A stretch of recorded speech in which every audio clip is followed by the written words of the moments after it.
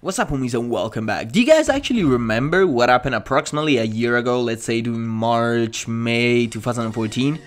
You don't?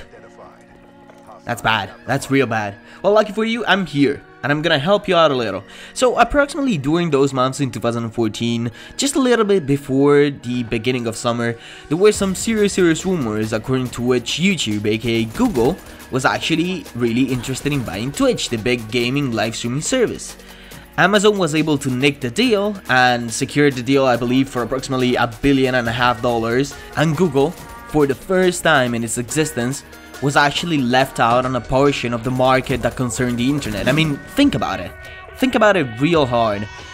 Everything that you do with the internet involves to some extent Google. I mean, if you want to go and look for something, you type it in the Google search bar. If you want to go and look for, let's say, something that has to do with education, there is Google Scholar. If you want to go and see where your mates live, there is Google Maps. If you want to go and type and watch anything that has to do with online entertainment, there is YouTube.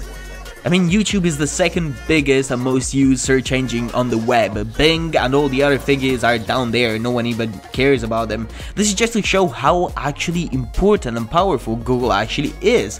So for the first time since the company was actually created, Google was left out on a deal. This is not something that happens every day. I believe actually for that reason, Google was like, you didn't let me buy Twitch? Cool, I'm gonna create my own Twitch. And here we are. A year later, YouTube Gaming has been announced and released.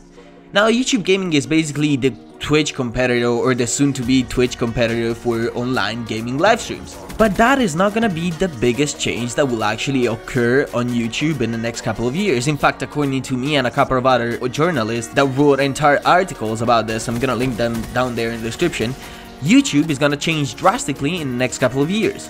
And by drastically, I seriously mean drastically. So far, YouTube has been a company that had a business model based on ad revenue. AKA the user would enter YouTube for free and it would quote-unquote pay his ticket watching ads placed at the beginning of the video. And then YouTube or Google would gain the profit obtained by selling the ad time to companies through different medias. But that is gonna change. In fact, according to me and these journalists, YouTube is gonna move from this quote-unquote ad-related, ad-based business model to a subscription model. AKA, if you've ever used Spotify is basically a music service through which you pay $6–7 a month and you get unlimited use of music. That is how a subscription fee business model actually works. The user pays a fixed amount of money and then he has access to the entirety of the content available. And YouTube is really inclined to follow this business decision, aka to actually transform YouTube to some kind of a subscription fee business, which is, I believe, something that we, as the viewers, never really saw it coming. I mean, think about it. Just think of how weird would it actually feel to have to pay to access YouTube. I mean, I can understand why they should decide from a business point of view to actually move to a subscription-based business model. It makes sense just because people nowadays tend to have adblock and similar programs installed in their browser, aka they're not gonna watch the ad in the first place, so YouTube and the creators are not gonna get the money after the ad is actually processed. It only makes sense, especially because, as I said before, YouTube has yet to turn a profit. I mean, think about it, they made over $4 billion last year and they're still losing money compared to the money that they actually invested.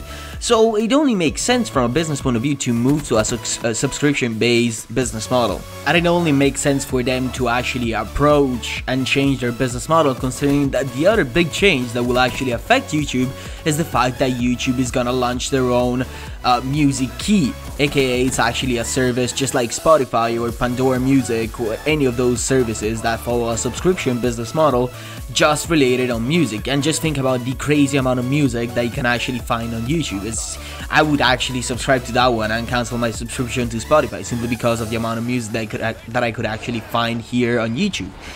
But it just feels weird to think about YouTube as a subscription-based service. I mean, think about how weird it just feels to have to connect it towards YouTube with paying.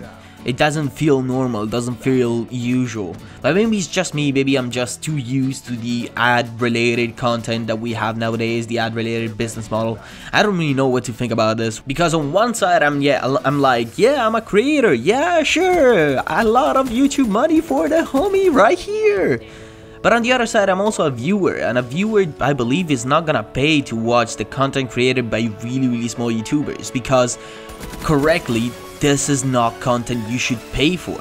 Maybe, you know, for big productions and big YouTubers, that would actually make sense, but for a small YouTuber just like myself, for anyone that really doesn't have that much production value, it's kind of a scam for the viewer, the fact that he or she has to pay in order to watch a free 5 minutes video. But that's only my point of view. I'm really interested to hear what you guys think about it. What do you guys think about having to pay $5 a month for every single YouTuber you want to watch? That's it. Hope you had a beautiful day. Bye bye.